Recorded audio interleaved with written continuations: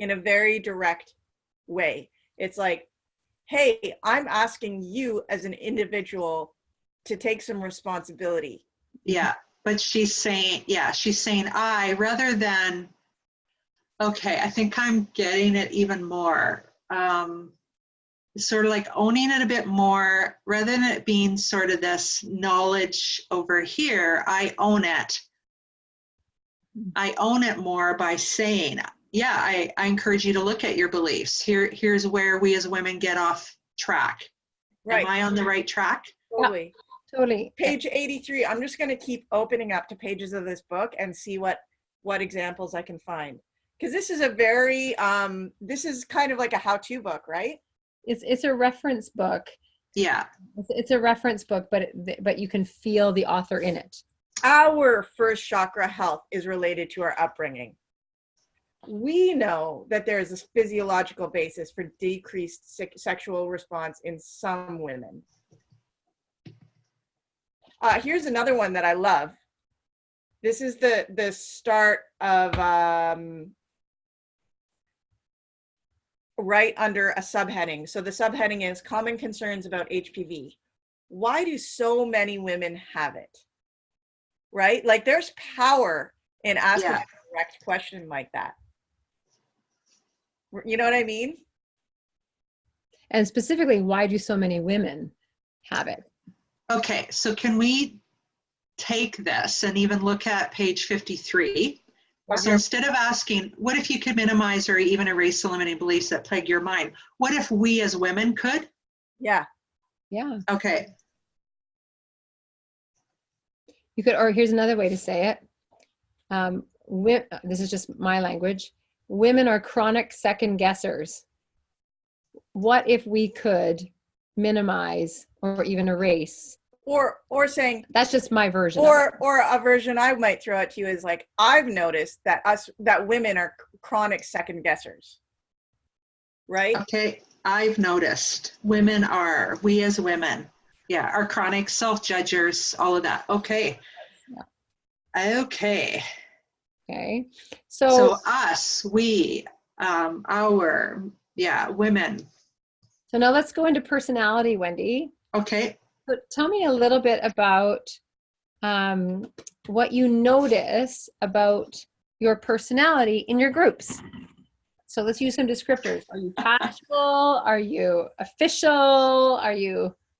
What are you? Describe yourself. I'm whatever is required. So, actually, probably a key thing is I do try to use humor a lot to engage and connect. Actually, sarcasm probably more. Which is a tricky thing to come across in writing, the sarcasm. Yes. Tell me about that one. Tell me about sarcasm. Because sarcasm takes good words. Good wordsmithing. What I like about groups is I don't have to think and plan. I can just be who I am in the moment and respond to whatever. So with the book, I have to think about what are all the different responses so that I'm speaking to that here. So okay. Sometimes I'm tactful if that's needed. Sometimes I'm challenging if that's needed. Usually challenging in either a humorous way or a gentle way. Mm-hmm. I think the whole way I approach my work or relationships in general is supportive. Mm-hmm. But within that can be like really being I am really direct, like you really need to deal with this, or this is gonna. Yeah. And you feel that personality? You really need to deal with this. Yeah. Can you hear that? Yeah. You really need to deal with this. Your life's gonna. Yeah. I actually do. I swear. I like to swear. Mm-hmm. I don't always, depending on the group, but something like what comes to my mind, you really need to deal with this. Your life's gonna go sideways, and it's, it's going to go into shit's land. So, yeah. But can you hear that personality? Like, can you default to that easily? Is there like an autopilot voice in there? Yeah. Feisty. Yeah, it's feisty. But it's a supportive calling out. Yeah. And it's a supportive calling up. Right? Yes. Yeah, it's not intentionally to be mean. Yeah, a supportive calling up and calling out. Yeah. And I'm going to guess that for each one of these subject matters, you know what is required. Yeah. In terms of, like, here's a place that's really delicate and hard for people. Yeah. So here's where I'm going to bring out the super, like, loving, supportive Wendy. Here's here's the place where people are trying to bullshit me all the time and bullshit themselves. Right. So I'm going to be the challenging Wendy here. Yeah. That's good. Can you hear that? Can you hear what she's saying there? Yes.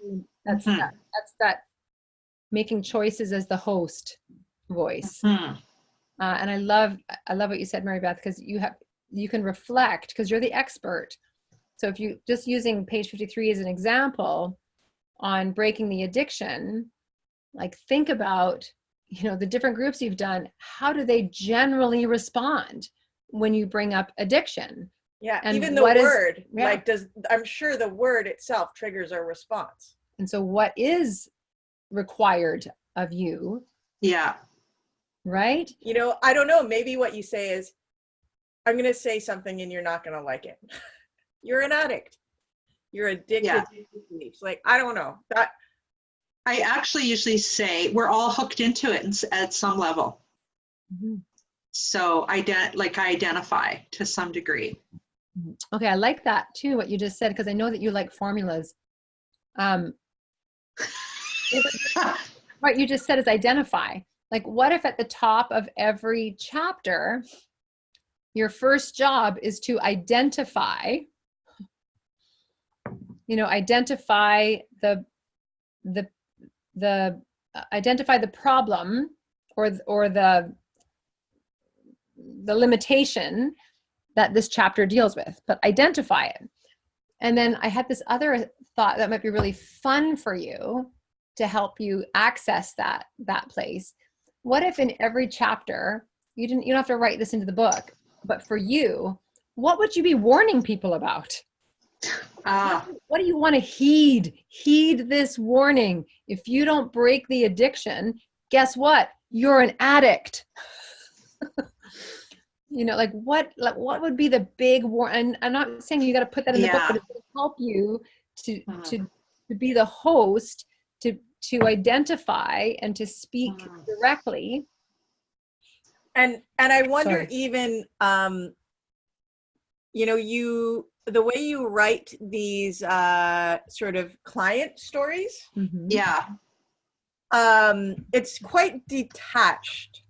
Now, here, I did make a note on one of these the other day, right here, where I said, holy cow, like, you've given me everything, right? Like, I think in one of my earlier conversations about one of the client pieces, I felt like there was a bunch missing. Do you remember that, Wendy? Yeah. And then I saw that you went in and you filled in those blanks and really, you brought in all the relevant details, and that was awesome. Now, I'm wondering if, as you are going through this sort of personalization thing, maybe the client stories actually fit a little bit more into the narrative. Maybe. Right? Maybe not, but I was just thinking, like, when you say, we're all hooked into this. Here's what I'm noticing. We're all hooked into this. And that kind of, I have one client, for example, who blah, blah, blah, blah, blah, blah, blah. And then this, or I noticed in one of your limiting belief ones, this person said to me, often we don't want to even believe we have limiting beliefs, but we all do. And let me give you an example, right? Like, just sort of tying that more into the storytelling. So to Can I just hop on here for a second, Tina? reflect back what you just said. It might be more effective at times to take it where I chunked out a big piece for the client story. Yeah. And rather than do that, relate it to what you just said. So, and I might do the same client throughout the chapter. Right. Maybe. So, I really want to find this particular one I noted because it was really awesome the way you fleshed out and told me the whole story, and I just want to see that again. And I'm wondering if we can work to figure out how this particular one, because I made a note that might be helpful. Sorry, blah, blah, blah.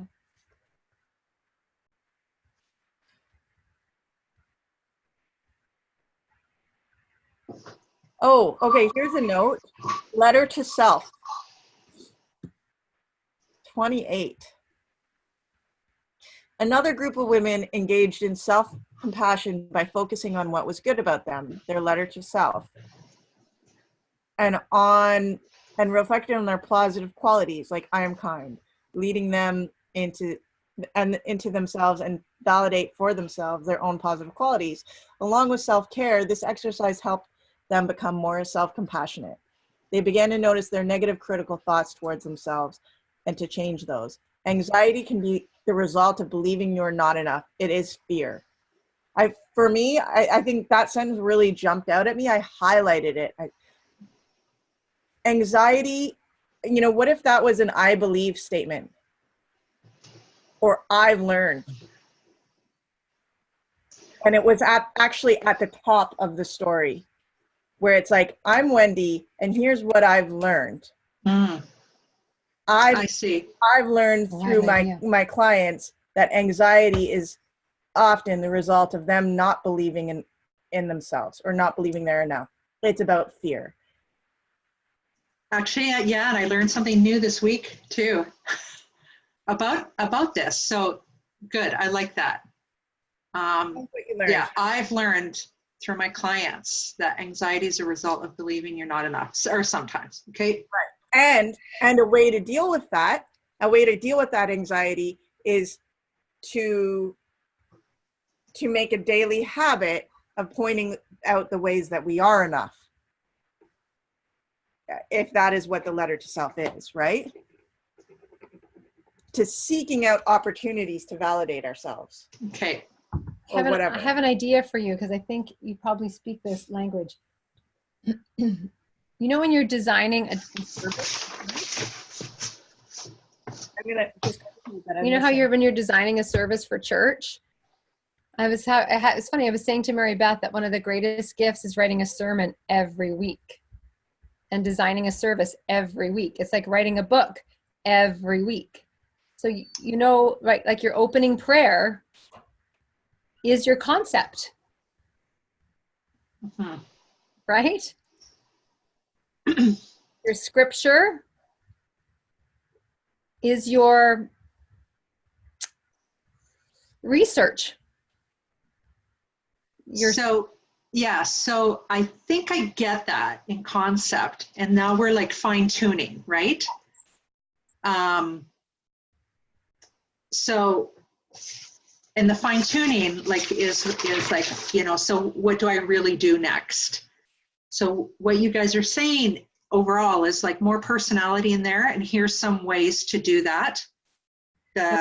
Yes, we're saying that, but we're not saying that, because that will take you into the deep, dark woods again of just doing the same thing. What we're actually saying is it's time to to put every chapter together so that you're taking us into that every chapter is its own garden with its own path. And so you gotta open the gate of the garden. Yeah. And give us the concept, which is probably your personality. Okay. All right. You just blended. Okay. So I know this is okay. Yeah. I think I got what you mean. I'm just going to explain to Mary Beth what I just said. Okay. Mm-hmm. Just hold on a sec. I think, and the reason why this is a challenging time in your book is because we are integrating. We are done with the particles. We are integrating now. So what I just said to Mary Beth, to Wendy, was Wendy said, oh, okay, I think I get it. You're saying I need to open every chapter with personality. I need to write some personality. And I said, no, yes, no. I said, if that's all you did, you would just, it would take you deeper into the woods of confusion of the same of what you've done. What we're doing is consolidating everything so that the personality serves the whole chapter. Right. That we're streamlining. And then I gave the garden analogy. Okay, so I'm more confused. Okay. Uh-oh. Okay, tell me. Okay, so I get that we're streamlining. I get that we're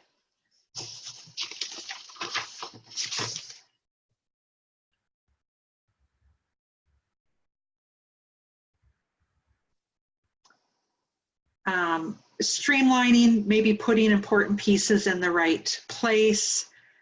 At the same time, I am trying to put more of my personality into it. Mm-hmm. And so that's what I was reflecting back to you, is that perhaps the beginning of chapters, I'm using we, like I have to know the how, like right down to the detail. What do you mean by, putting my personality in? And so I think I was getting that. Is that right? Yeah, that is right. But we're going there though, because we're going towards an end result. It's not just about adding in personality. Okay. So there's the how of adding personality. So the how of adding personality, you're right, is about how does Wendy speak? We know she identifies. We know she uses sarcasm. We know she uses support. We know that if she was to write a warning for each chapter, she would probably then use a voice that's required of a reaction to that warning. So we want personality. We want that in there. But the purpose of the personality that we're suggesting is that the use of the personality is creating the host, which will then have you take ownership of connecting the dots for each person who walks into your chapter. Okay. That makes sense? Yeah. Okay. You are the leader. Yeah. Right. You're not just the writer of this book. You are the leader. That's good. So the gap for me always, maybe, and I'm thinking I'll get better at this as I keep writing, is, that I know that, like, I know I'm leading, I know, all of that. It's like, so how do I write different so that I am leading? Like, I know I'm supposed to, in the beginning, you guys said, write from the heart. I'm like, okay, that sounds great, but I really don't know what that looks like. Today, I feel like we got to, what it really looks like, how, and that I still play with it. Okay, maybe would it help for you to imagine, and I really don't want to throw you off course, so you can just knock me down, shoot me down, whatever, but this is just an idea. Almost start looking at those chapters and in a way, write them as a letter to one of your clients. Yeah. Yeah, I think that's actually, I've been trying to do that, but missed it. And so I think that's important. What came to me as writing it like a conversation. Right. Yeah. Cool. Interesting. You might, or, here's an example, and I'm just pulling this out of nowhere and it doesn't go anywhere, but, I'm sure there's going to be a place where you're going to say, you might be feeling vulnerable right now. Many people do when this comes up. Right. It's that really direct, there is another person on the end of your book. Yeah. Okay. And it's acknowledging their humanity and acknowledging their vulnerability, their inattention, their, all of those things. Yeah. You know, someone said something really interesting to Tina and I not very long ago about the course that we put up. What was that course that we, The what Writer's was it that Adventure? Jen said about the Writer's Adventure? Oh, yeah, which yeah. was so cool. Her feedback was in the Writer's Adventure was that we were entertaining, but we were forgetting that there's actually somebody that's like on the other end, that we need to talk directly to that person, not just entertain them or, you know, invite them into our world. It's like we're talking directly to a student to make that that personal connection. Right. And basically what we're saying to you, take us by the hand. It's the same thing, right? Yeah. But you're giving me examples of how to do that. That's what's been missing. Yeah. For me, like how, like take them by the hand. Okay. So what does that mean? Like what does that actually look like when I write? And I feel like I'm understanding that. Right. Okay. So I think what we're suggesting is one, personality, which we've got some examples, right? Using, are they called pronouns? We's, I's, our, those aren't pronouns. Yes. Personal pronouns, thank you. Yeah. Using we's, ours, I's, right? So there's that piece. And the second piece is walking each reader, like taking them by the hand, through each chapter in an orderly fashion. Okay. So the example of that could look like, you could have a house party where the dinner is a smorgasbord and the food is all over the house and they can just go anywhere and go get it. Or you could have a house party where the food is all in the living room, but they can go get it, you know, in whatever order they want. Or you can have a smorgasbord that's all on one table and they have to go from the salad to the, you know, meat to whatever. And you got to make a choice about how you want your people to be held, how their hand is going to be held, and how they're going to get your information. I have another thing. Okay, hold on. I gotta hear this piece first. So it's about the order. So what you just described, like whatever order I want, right? So you describe that. But so what's missing with mine? I don't have the same order. I don't have enough order. It's confusing. It's confusing. You have potatoes in two places on the table instead of in one. Okay. You're serving pork and fish, but they're in the same dish. Okay. Okay. Not all the time. Not all the time. But occasionally. And this is what I need. I need it like really tactical for my book. So we've talked about this, things in two places. Sometimes I use different terminology. Yep. To refer to the same thing. Okay. What else? Sometimes, let me find it here. Sometimes you reference. Okay, got that already. Got that already.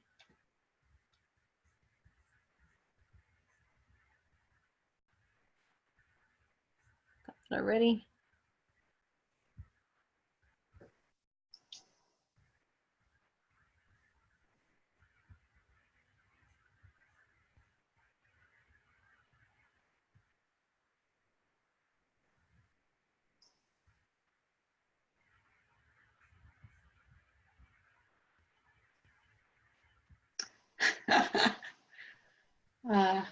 I'm just thinking about how you guys say to me, you know, like we're in kindergarten, take us by the hand.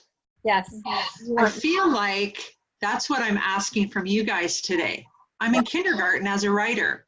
Yeah. I feel like, actually, I'm so glad Tina handed this book to me because it's so instructive regarding your book.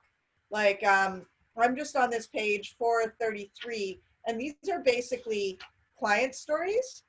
Only the really interesting way they've been done is the clients are actually telling the stories. Or she interviews the clients about their process, right? So she said, one of my patients after a long bout of endometriosis, blah, blah, blah. And then you can see like, quote, I created a healing ritual for myself. So it's like, I don't know, that's kind of a cool way to tackle that. Good. I like that. It doesn't become so much about you interpreting their thing. Right. It's you giving these people a voice to tell their story if they feel like that. I feel like this, and the other thing that's really cool, and this is where all this talk about voice and inserting Wendy, I don't know what it was I was reading last night, but I'm like, can we insert like some fun in this? Can we, and I was actually thinking, can we have some kind of cartoon? Right? Like, is there an image? Are there places in your book where some silly image or drawing or whatever that will help you express something? I don't know. Like, as you're reading, are there images that come into your mind? I don't know. I don't feel like my brain can go there. I feel like it's, Fair enough. I really gotta get clear on right, like what my next step is here. Right here, sweetheart. Here's an example of two sets of potatoes on the table in different places. So you have self-compassion exercise homework right here. And I wrote, is this in the wrong place? Should this be in the self-compassion section? Right. Actually up here on page 20. So the reason there's and maybe just needs to be more clear. Because self-compassion is woven throughout. When I do the groups, we don't just talk about self-compassion in the first session. Right. We continue for the first couple sessions to like refer back to it so that they don't just, because they have a self-compassion exercise in that chapter. Then when we're doing limiting beliefs, I want them to go back to self-compassion to support them as they do that work. So it's supposed to be here, but maybe needs a bit more explanation. It just needs a different title then. It needs to be self-compassion with your limiting beliefs. Right. And then we know that it is mashed potatoes. Yeah. And it's just not in the mashed potatoes section because you really want the mashed potatoes to go beside the gravy. Right. Or maybe for each one of your self-compassion pieces that isn't in the self-compassion check-in, you have like a 2-sentence, let's remember self-compassion is the grounding for everything. She has 6 questions though about self-compassion. No, I know, I recognize that. But further on, yeah. At the top. Hey, we're going to check in on self-compassion again because it's the grounding for everything. Right. Stay with me here. Right? Yeah. Just something really simple that makes us understand why we're seeing this here. Yeah. Okay, good. Okay. So because I feel like we've given you a zillion suggestions to try to see what's actually going to stick and make sense to you. So can you maybe give back to us what is sticking with you, so that we know where we're at and what else we might be able to give you more of or less of? The personalization, I feel like I've got it and I want to play with it.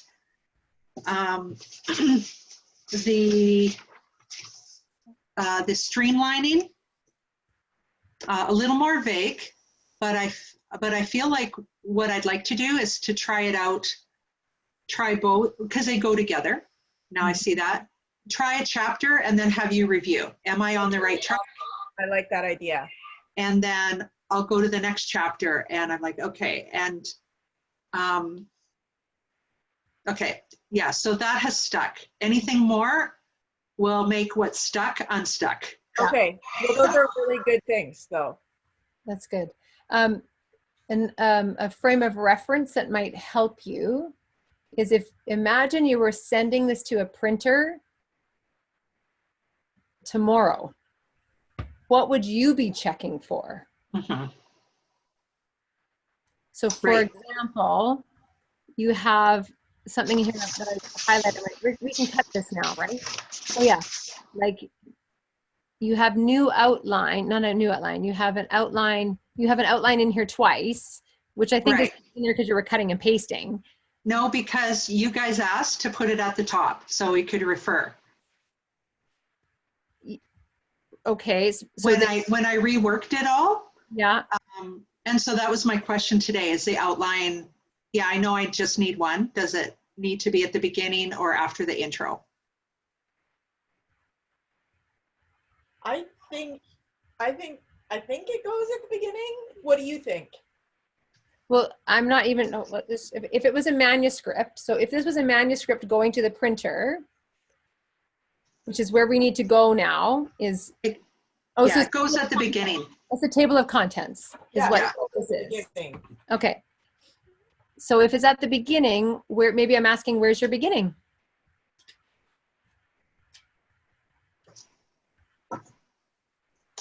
I think where it is the first time.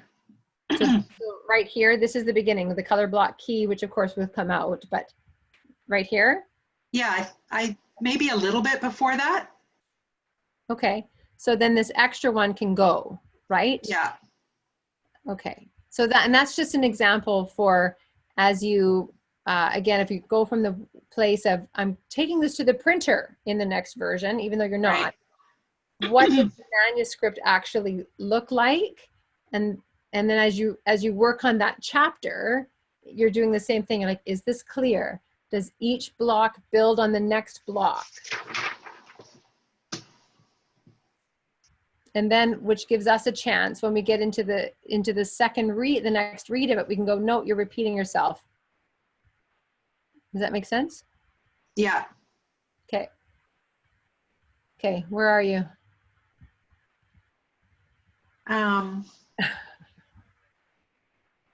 Where are you, sugar? I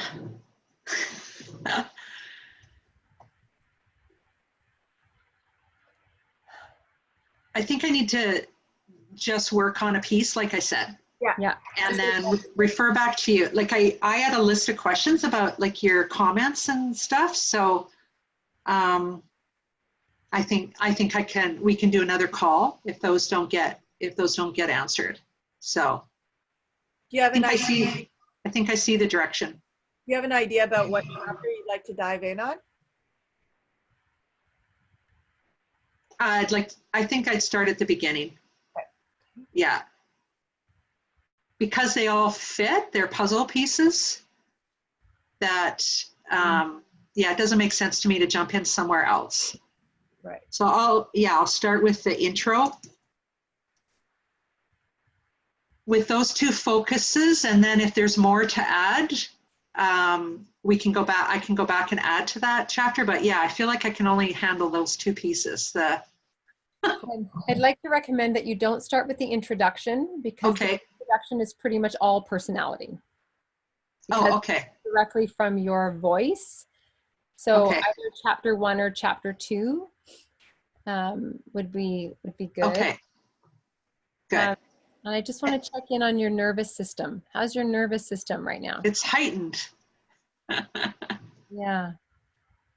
What would you yearn for in this moment? What's the yearning? I think it is just, I know what the clarity of, I'll work on the personality piece and the streamlining. Okay. Get a feel for that. So if I just focus on those two things, I'm good with everything else. Okay, great. And how can we support you in a way that you feel nourished post writing during this next piece? Or during? Well, I think a question would be, and maybe you're not sure, is if I work on a chapter, let you know, what's your turnaround time? Mm-hmm. Because if I don't get feedback right away, I'm sitting and I'm not moving forward. And if it needs to be that way at times, that's fine. But I think if I know that, it's helpful for me planning. Would this help you? Mary Beth and I meet on Tuesday nights, which may be shifting to Mondays. And we also meet on Wednesdays. Actually, maybe that's when it's That's shifting the to one Monday. that's shifting to Mondays. So basically, we meet Mondays and Tuesdays together. And so if you're wanting us to give feedback, it would be great to receive it, say, by Sunday. Okay. And then give you feedback by Wednesday. either Monday or Tuesday or Wednesday of that Okay, week. great. Well, perfect. Yeah. I want you to know that previous authors that we've worked with, I want you to know you're right on track, because previous authors we've worked with right at this point, it actually is the point where you need feedback fast. It is the point where you need to know that we have you, and we don't want you to be lost in the woods. Like, you were supposed to be lost in the woods before, but leaving you lost in the woods now is going to tank you. And so this is, in fact, when we have a call like this, we know we're right on track. And I'm not just saying that, like, it is you're in the most vulnerable spot. Yeah. Yeah. Because you're about to turn a corner. I mean, you've turned a million corners, but. Do they all cry? I mean, it doesn't matter, but. Well, actually, sometimes they get mad. We had a client who just was like fought with us for about a month. Just fought and fought and fought and fought and fought and fought. And then we had a breakthrough. And yeah, it's so exposing right now. Like, it's so exposing. And the autopilot the old writer you, just wants to fucking get this done. But the new writer that's emerging is really tender, right? And is really shaky right now. Because what we recognize too is we don't actually teach authors how to write a book. We teach, how to get their book written. We actually teach them how to write. Yeah. As well. Yeah, which is way better. But harder. Yeah. Yeah. So you're okay, honey. You're good. Yeah, I know. And I'm sorry that it's uncomfortable. Yeah.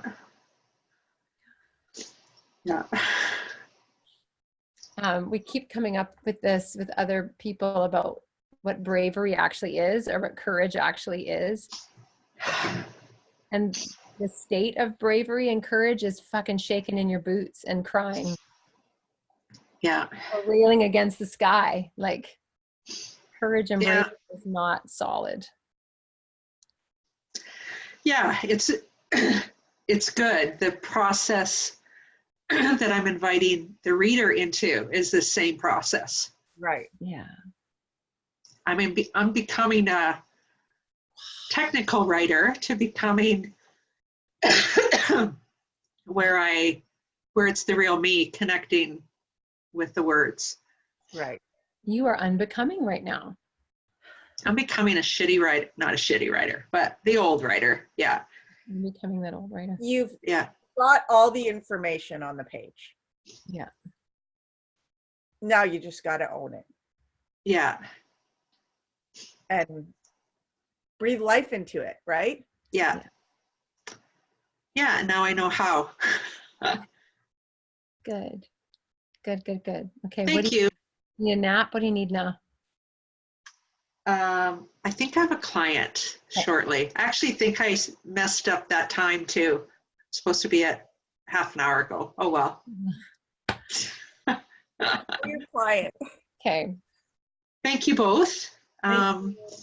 Yeah. The piece that I find really valuable with both of you is not just, I'm going to cry.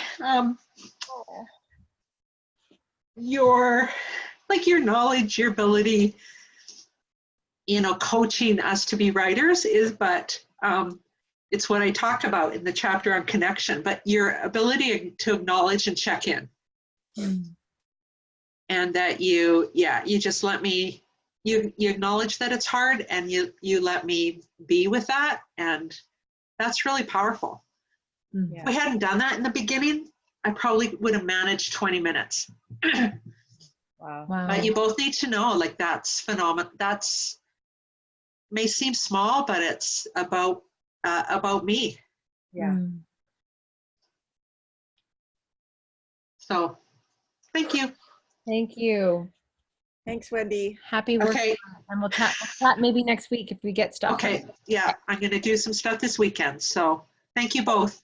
Okay, bye, sweetie. Bye. Bye-bye.